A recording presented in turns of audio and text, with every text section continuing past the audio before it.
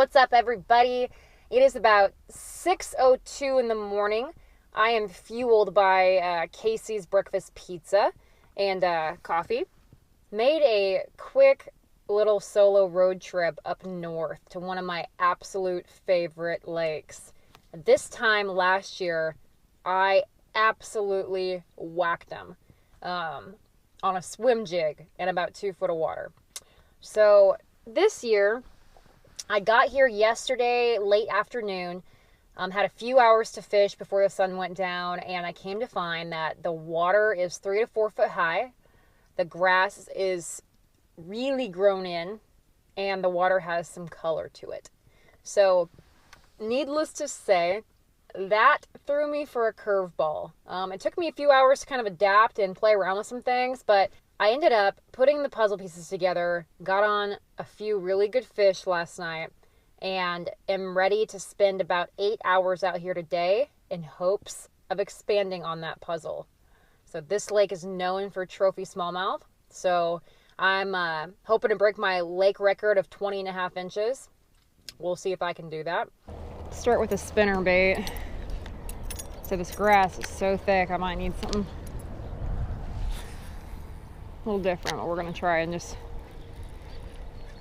work a spinner bait right over the top of this grass. Got like a few inches to spare, and I've seen fish kind of pushing bait.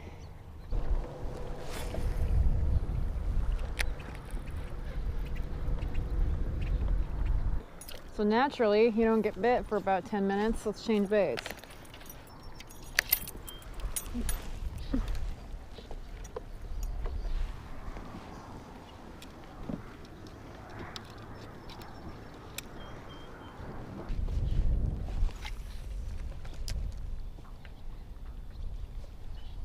Ooh.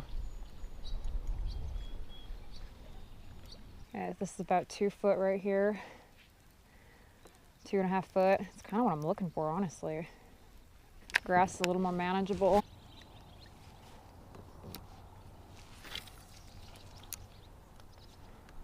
There we go! Right up against the house.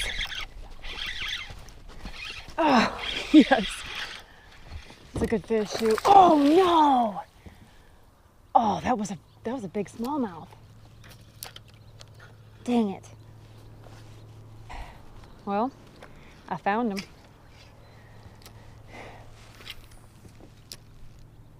Saw that line just tick. That was so awesome. Some water ripping around that silo. If I were a bass, I'd be sitting right there.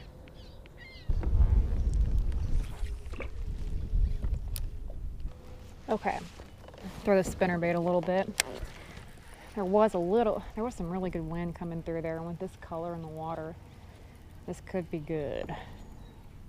Yeah, that's enough color in the water to, I think, be pretty subtle. I think it should come through the grass a little bit better than that last swim jig I was throwing.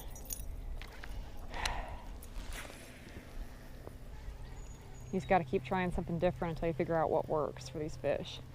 So that wind was perfect like a second ago. I like throwing 1/2 ounce or 3/8 spinner baits. Okay, again, a lot of times these smallmouth will come up on these really shallow grass flats and feed. That's what I was hoping for, and missed too, so they're here. Ooh, that was a big smallmouth. Holy cow. That was a monster. Come on. Right on the edge of that grass. Man, that was a big fish. Ooh, something just knocked it right there. Okay.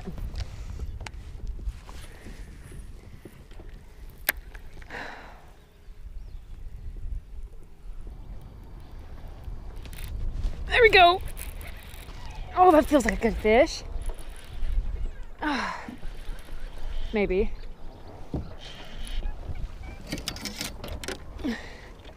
Oh, it's caught in the grass. No. No. Oh.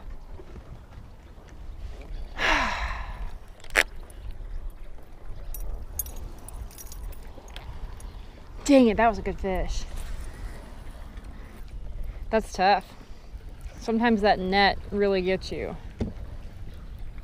I was really slow rolling that thing.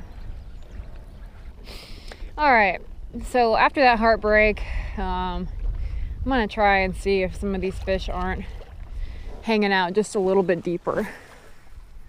I've got a little football head on and kind of drag along the bottom. Now that I'm seeing all this brush down here, that probably is a really bad idea because I have an exposed hook on that.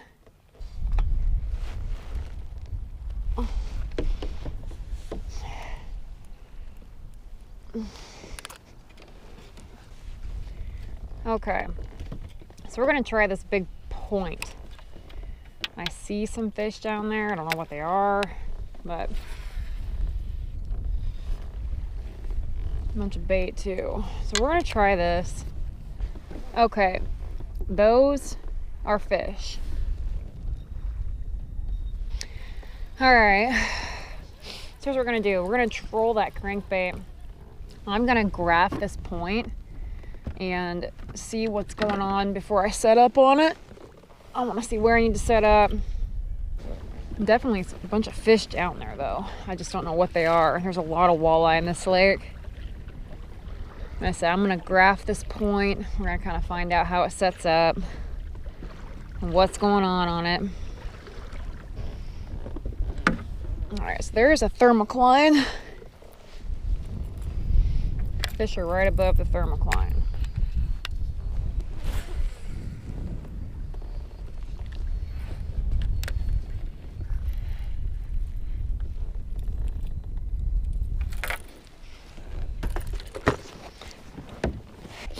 All right, I'm gonna peg a Texas rig. So one thing I haven't done yet, fish the weed line a little bit more aggressively. So this actually might be, and just when I say that, I see grass up to the surface. The grass here looks like I've got a couple feet before it gets crazy. So let's experiment with the old spinner bait. See if I can keep it up and out of the grass. Okay, that wasn't too bad. Ah, there it is. So I'm just gonna have to get lucky on my cast, I guess. Either it's sand or a mud line, I can't really tell. Whatever it is, I like it.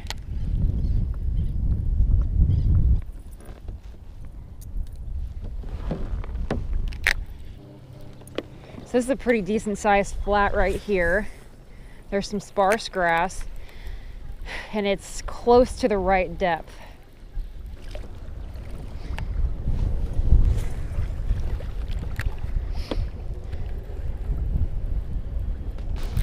Oh, there we go. That's a good fish. That's a big fish.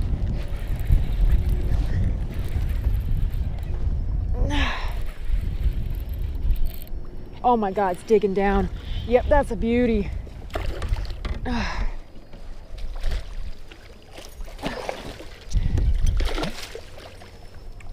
Get in there. Yes. Ah, cool.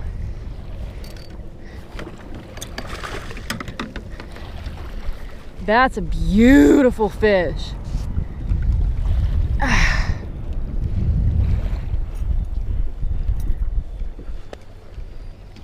All right, so after I finally caught that smallmouth, the wind picked up. It got pretty brutal out there. I started taking water over my boat. It honestly was a lot tougher bite than it was the day before. I decided to get off the water, load up, because I have about a 20-hour drive south now for a tournament. So overall, I mean, the fishing wasn't exactly what I thought it was going to be. Last year I had such a better bite, but it was kind of neat to have a few curveballs thrown at me and have to adapt and figure out what those fish were keying in on.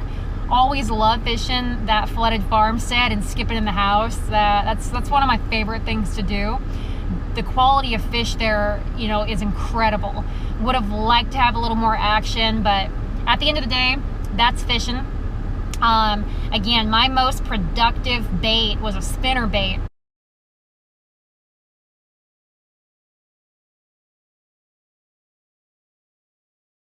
you know, again, it was awesome having the lake to myself. You know, you can't really beat that. But weather just got kind of wild, and it was tough fishing. It was different than yesterday.